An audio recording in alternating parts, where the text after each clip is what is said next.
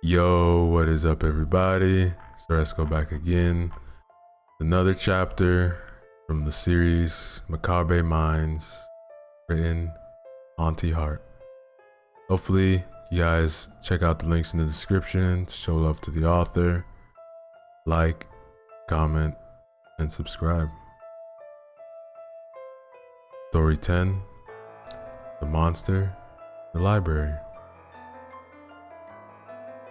Yes, I do like to brag that nothing can hurt me. I am untouchable by evil. Bullets have never had the pleasure of tasting my flesh. I am immortal. Even emotional trauma cannot score wounds in my heart. So, I would like to start this off by thanking my best friend, the one who made me the happiest person in my life. Thank you. Thank you so much.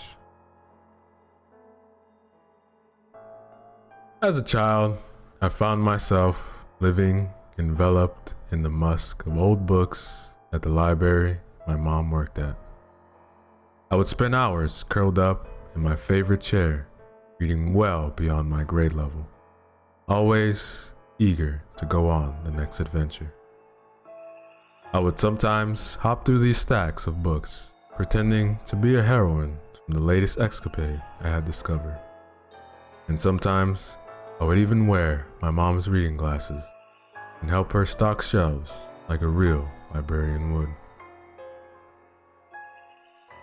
The library was a place that allowed for exploration and wonder, but it also drove nails of fear to my heart. You see, I was hunted from the day my mom took the job. I remember so clearly curling up in my new favorite chair with a book about tigers when I saw it. At first, I just briefly noted the slinking of limbs, casting of strange shadows, too long and snake-like to belong to anything human. I would see its lanky form crawl infant-like across the marble floor, and my ears would catch the sound of its long yellow claws drawing patterns in the ground. It never fully materialized, but it rather darted across aisles, stopping just long enough to stare me in with its eyeless sockets, and then disappeared into the stacks of stories on the other side. I could not turn away from it, and I always found myself shivering with tears when it gave me its wide, toothly grin plastered on its corpse face. It never got close to me, but I felt that its gaze was enough to bind the two of us together, to intertwine our fates horribly.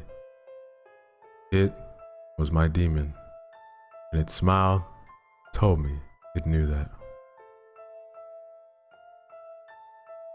I became downright terrified to be alone in that library, and that would be why I bonded with Dean. Dean was an older man with two big glasses that magnified his two small eyes into comical proportions. He walked with a bit of a stoop, but he was still nimble enough to keep up with the escapades of a small child. While my mom would always brush me off during her work hours, Dean seemed to incorporate me into his job. He was how I learned the Dewey Decimal System. He was how I learned to sound out big words. He was how I felt safe with the demon that stalked me through the book racks. He was a great friend to me. He would keep me entertained for hours by hiding various objects around the library and giving me a map to search for them. And oh, was he clever. He would hide objects up in the ceiling, so I would have to stack books on hardback to reach him. He once concealed items in the men's restroom and laughed when I refused to go inside.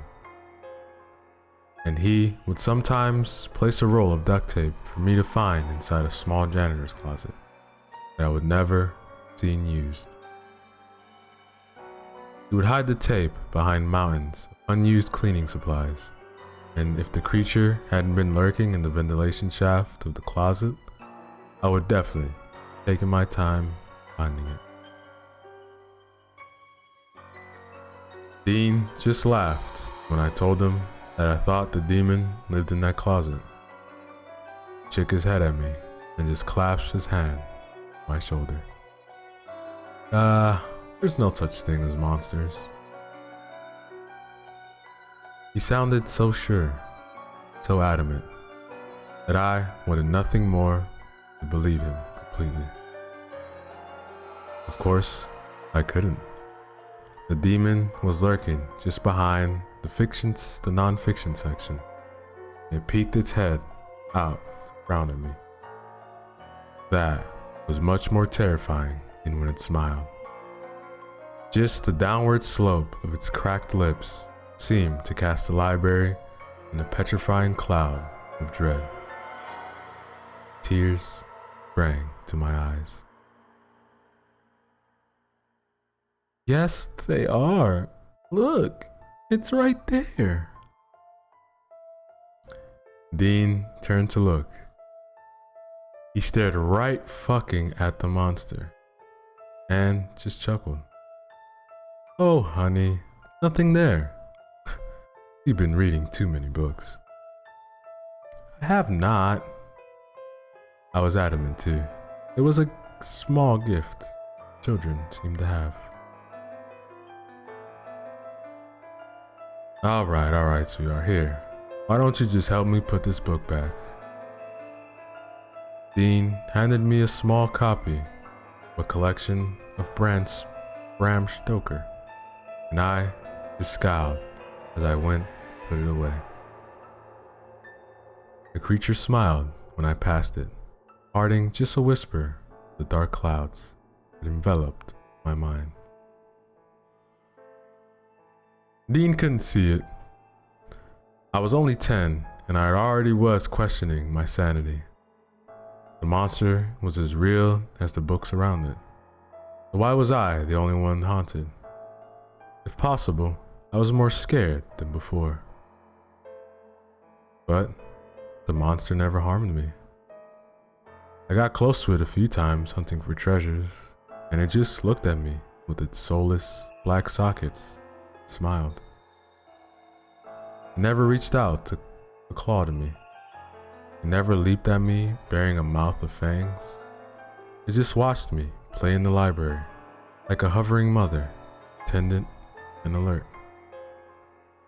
Although my young mind invented scenarios of bloodshed and murder, the creature still never touched me. It was just there, and it slowly began to just become part of the library, part of the scenery. I still tried to talk to Dean about it, but he insisted that it was still just a product of my vivid imagination. Even my mother told me to stop wasting her time. I think that is why the monster was still so terrifying to me. Nobody believed it existed, and I was the only one it stalked. I felt crazy. I felt like a liar. So I did my best to ignore it, and after a while, I was able to pass the monster without feeling lightheaded and without my heart racing towards explosion. Perhaps it was just in my mind, and maybe it was just a phase of my childish whimsy, like my mom said. It was a little bit comforting to think that, because the monster was no longer plaguing me. I grew closer to Dean. We played more and more together, him inventing new treasure maps, me searching with methodic determination through the janitor's closet. I even hinted without secrecy to my mom that she should marry him. She brushed off my comment like it was poison and told me that he creeped her out, and that she didn't like me playing with him. Of course, I defended Dean by yelling at my mom that she was wrong, that he was the nicest person in the world because he actually paid attention to me. My mom was helping a customer when I said that. She turned me fuming.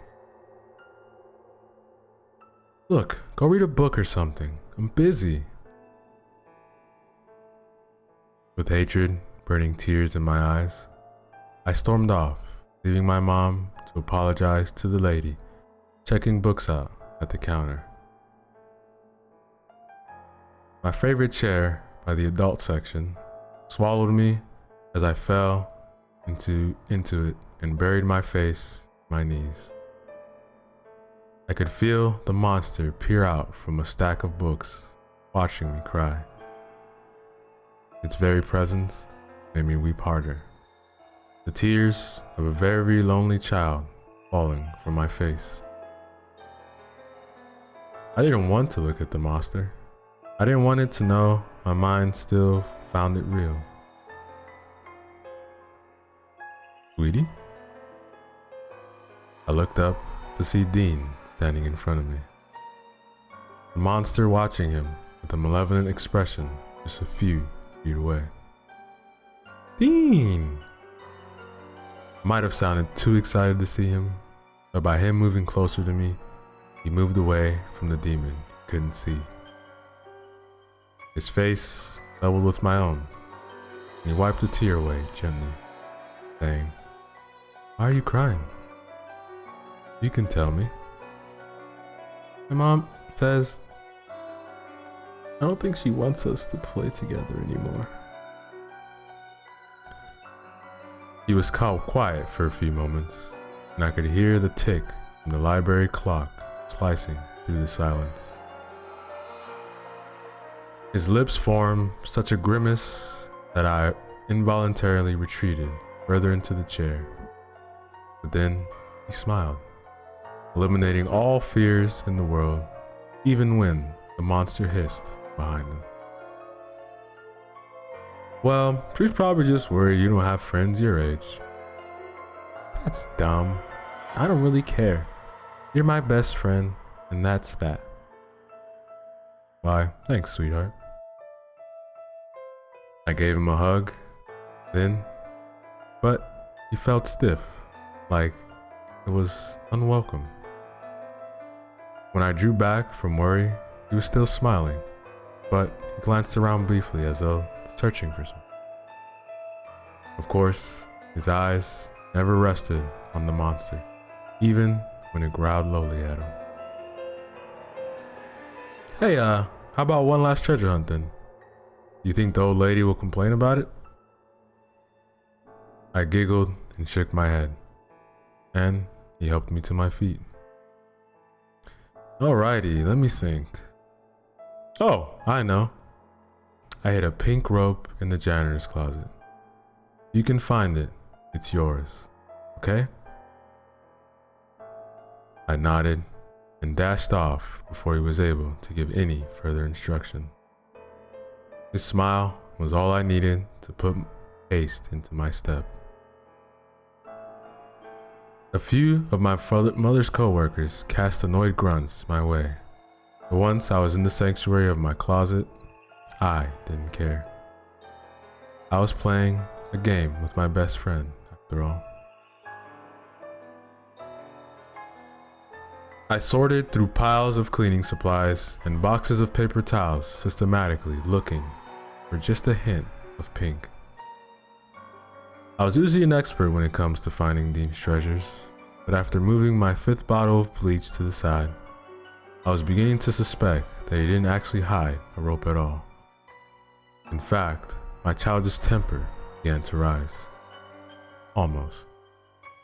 That was before I noticed a hue of delicate red just above my head, just beyond the creature's soulless black eyes. Anger seared through me rather than fright. This was my last chance to play with my best friend, and this monster was ruining it. It was just like my mother, how it seemed to suck away my happiness and find fault in whatever I did. It was evil.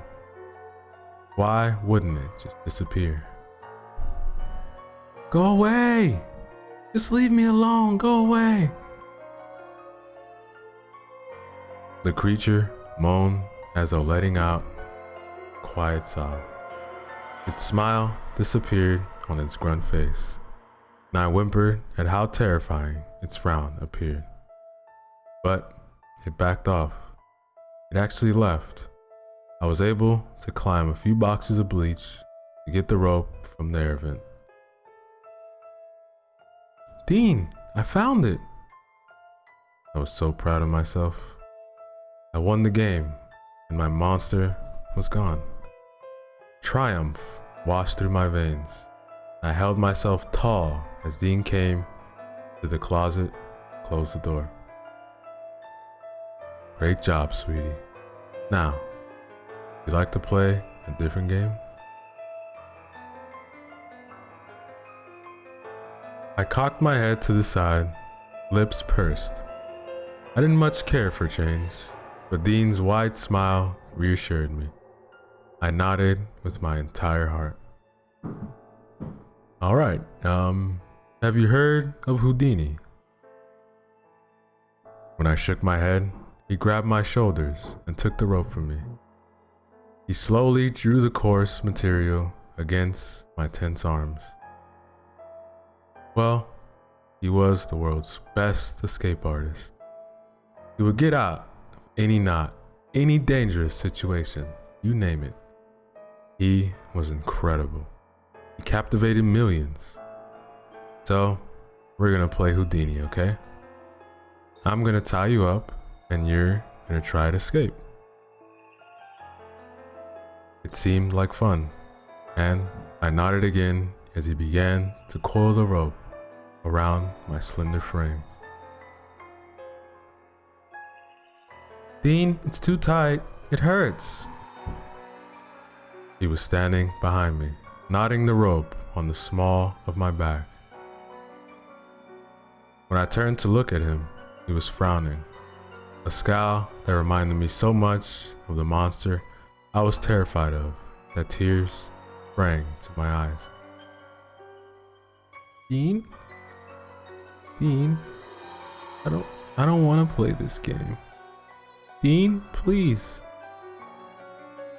I begged, I cried, but he just stared at me with a predatory expression I had never seen accompany features. Shut up, this is just a game. He said it so roughly that I began to cry audibly. He mumbled something in annoyance and grabbed the duct tape lying just a foot away on the shelf. I told you to shut up. I don't want to do this the hard way, sweetie. There was no love in his voice anymore, and his hands were like the monster's claws as he shoved the tape across my mouth. The adhesive burned, and I began to squirm against the tightness of the rope. Tears began to form rivers on my cheeks. Oh, sweetheart, your mother was so right about me. His lips appeared as they were held down by weights. His monologue was not intended for me, but I still recalled later the intense sorrow he projected. But I need you, dear God, I need you so much. He drew his fingers across my cheek, and the goosebumps raised pain in my stomach. When I flinched away, he mumbled a curse. He glanced up in the air to the vent above. I'll get you out here. You'll be mine. Finally, you'll be mine. I cried so much harder when he moved the box to get to the vent. Panic seized my heart when I heard the creature crawling to the opening. 2 monsters, and I was tied to a chair, immobile, in a janitor's closet. The creature dropped down from the vent and landed its lithe form nimbly between me and Dean. It glanced at me briefly when I screamed against the tape, and then it turned its hollow eyes on Dean, who didn't so much as flinch. Of course, he didn't see the demon. That must have been why he began to peel his shirt off his torso. There was a brief second in that moment where I lamented on the loss of my best friend. I was alone. So alone in that tiny closet.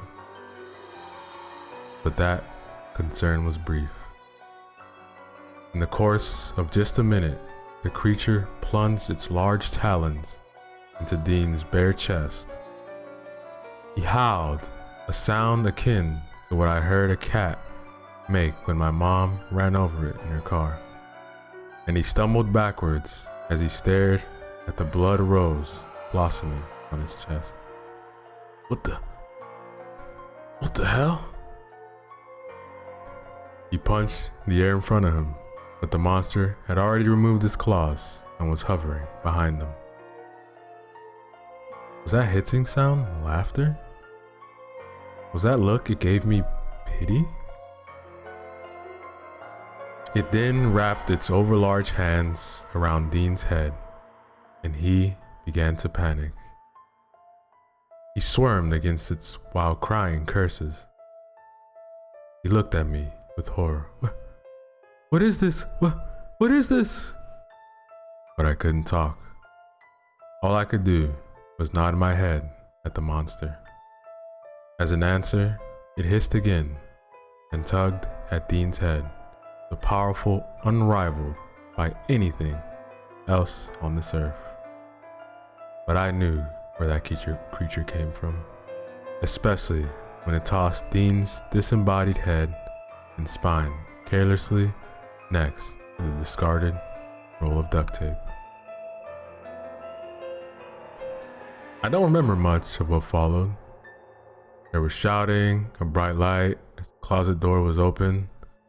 There were men in blue uniforms. There were men in white coats that dragged me away when I, free from my bindings, hugged the creature's slick body. It cooed in affection, and I cried when I realized that I wasn't friendless after all. My mom left me at the hospital they took me to. There was something about a gruesome death caused by a little girl tied to a chair that I think she couldn't wrap her head around. It didn't matter anyways. I told the monster to kill her when I was in a particularly bad mood, after he hadn't visited for a whole month. The doctors put me in isolation after a while when unexplained deaths would occur just around me.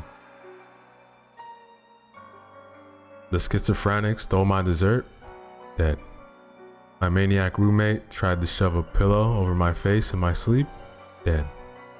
My counselor refused to refill my lithium and Xanax, dead, definitely dead. But I don't mind the solitude. I'm never alone anyways, because my best friend is always there to comfort me.